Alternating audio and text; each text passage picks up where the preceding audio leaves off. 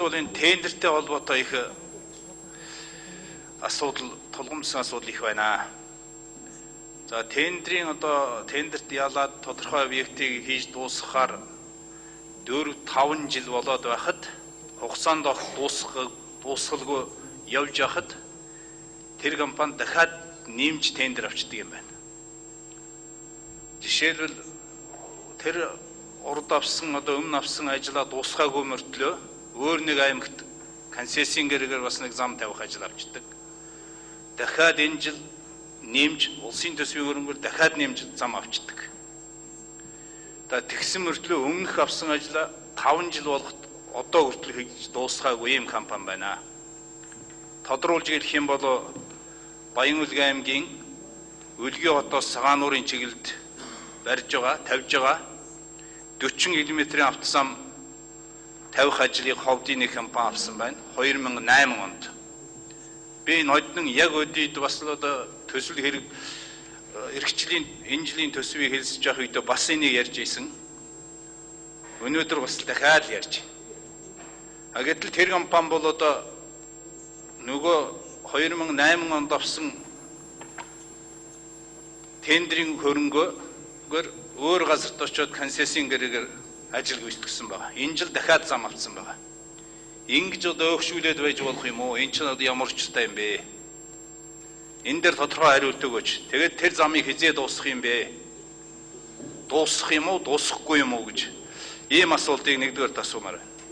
За энэ цаашдаа ийм байдал хэвээр хадгалагдаад байх юм уу? За дээр нь мөн адилхан ерөнхий сайд бид хоёр бас нойдны яг өдийгөөс арай эрт юм да 9 сард 12 оны 9 сард Баян-Улгийн аймгийн Өлгий хотод явж байхдаа ажиллаар 1-р 10 жилийг барьсан Ховд аймгийн бас нэгэн компани хугацаа дуусгаж өгөх ёстой байтал дуусаагүй байсан. За тэгээ хязээ дуусгахаар 11 сард дуусгана гэсэн. Сая би очиход мөн адилхан огтхонч ажил хийгдөөгөө нөгөө л ажлаа бас 11 сард дуусгана гэдэг. Гэтэл нөгөө 1-р 10 жилийн барилга нурж унчих гэдэг. Тэгэхээр ийм хариуцлагагүй юм асуудал байгаад байдаг. Тэгээд тим компаниудыг ингээд ивент итгээд шин тендер өгөөд ингээд байж болох юм уу юу? Энийг нь хариуцлага тооцдог тим газар байна уугүй юу? Тэгэхээр 1-р 10 жилийн сургууль хизээ дуусгах юм бэ? Цагаануурын зам хизээ дуусгах юм бэ? Тэр ажлыг авсан компаниуд ингээд нэмж тендер аваад ингээд яваад ах юм уу юу? Ийм хариуцлагагүй юм цаашдаа яваад ах юм уу юу гэдэг ийм асуултанд тодорхой хариулт өгөхийг хүсэж байгаа. За дээр нь энэ жил бол яг нөгөө тендер зарлагдахгүй удаасаар байгаад за тэгээд зарлагдсны янз бүрийн шалтгаанаар сая төсвийн тодтол хийхтэй холбоотой зарим объект хасагдсан. Гэтэл тэр зарим объект маань эрхчлийн төсөвт орсон болов гэсэн чинь эрхчлийн төсөвт бас ороогүй байна. Жишээлбэл Баян-Улгийн аймагт баригдах автовокзалын барилга эрхчлийн төсөвт ч байхгүй энэ жил хасагдаад явцсан. Тэгэхээр энэ дээр тодорхой хариулт өгөөч. Яагаад ийм байдгийг юм бэ? Энэ ч тоглоом биш шүү дээ.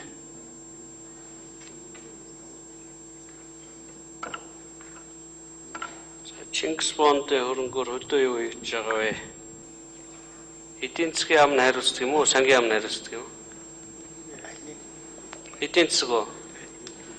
За Батбаяр сайд байхгүй нь эдийн засгийн яамнаас байгаа хүн шинэ хөрөнгө оруулалтын талаар яриарай. За ерөнхий сайдаас эхлэе. За Чингис бондын мөнгө ер нь хөдөө бол нилээд ночондоо би тоо гаргаагүй юм байна. Манай эдийн засгийн яамныхаа хэлээрээ би хоёр юм хэлчихээ та нарыг үзээч. Нэг нь болохоор барилга чинь барьсан сая 100 сая үстэй. Тэгээ 100 сая доллартай тэнцэх хэмжээний мөнгө гэдэг чинь 160 орчим тэрбум төгрөгийг орон сууцыг дэмжих зориулж Чингис бондоос гаргахаар шийдвэр гарсан. Энийний тал нь бол орон нутг руу явах юм байна. 80 орчим тэрбум төгрөг бол орон нутагт хөдөө орон нутагт орон сууцны орон сууцыг дэмжих ажил зарцуулагдана. Тэр нь зээл өгөөд буцаж авах гэсэн үг л дээ. Хоёр дахь нь бол хөдөө явж байгаа маш их зам байгаа. 570 орчим тэрбум төгрөг л гарах ёстой. Энээс хөдөөний замынхаа мөнгө хэлчих. Яг яаман дээр хөдөө хотоор нь ялгасан 5% бас хэлээрэй. Батхөрл байна юм. ажлын хэсгээс эдийн засгийн яамныхан нэмж хариулъя.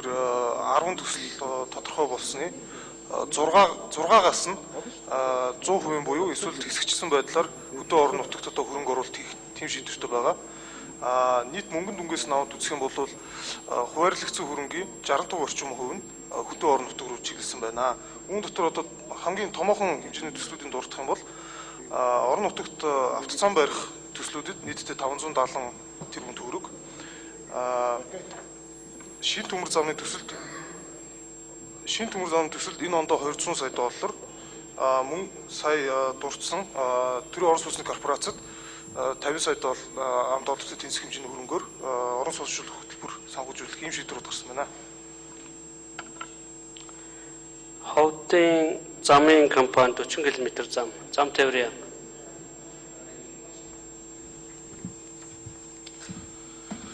За гэгшин асуултанд хариулъя. Үлгийгээс цагаан нуур чиглэл 40 км зам барилгын ажлыг Алтан зам компани 2009 оны 8 сарын 31-нд гэрээ байгуулсан байдаг. За одоогоор ажлын явц 25.5 км-т хуучилт хийгдсэн. Энэ ондоо дуусгаар ажиллаж байгаа. За мөн энэ компани нь Манхан даруй чиглэлийн 100 км замыг анх концессийн гэрээгээр авч ажилласан. Энэ нь 10 онд байдیں۔ За одоогоор ажлын явц 90% буюу 79 км замыг хүчичээд авч байгаа. Энэ ондоо дуусгах гэж байгаа. Төрүүчийн ажлаа дуусгаагүй хүнд яагаад ажил өгөөд байдаг юм бэ л гэж асуугаад байна л да. Энэний нөгөө хар жагсаалтыг сангийн ам хөтлөх үүрэгтэй авах тендер хуулиар бишээ 8 он тендер зарласан гэж байна. 9-10 онд 9-10 онд улаан сайтай хар жагсаалт нь хэдэн компани байдаг одоо энэ шиг орох ёстой компанийн орон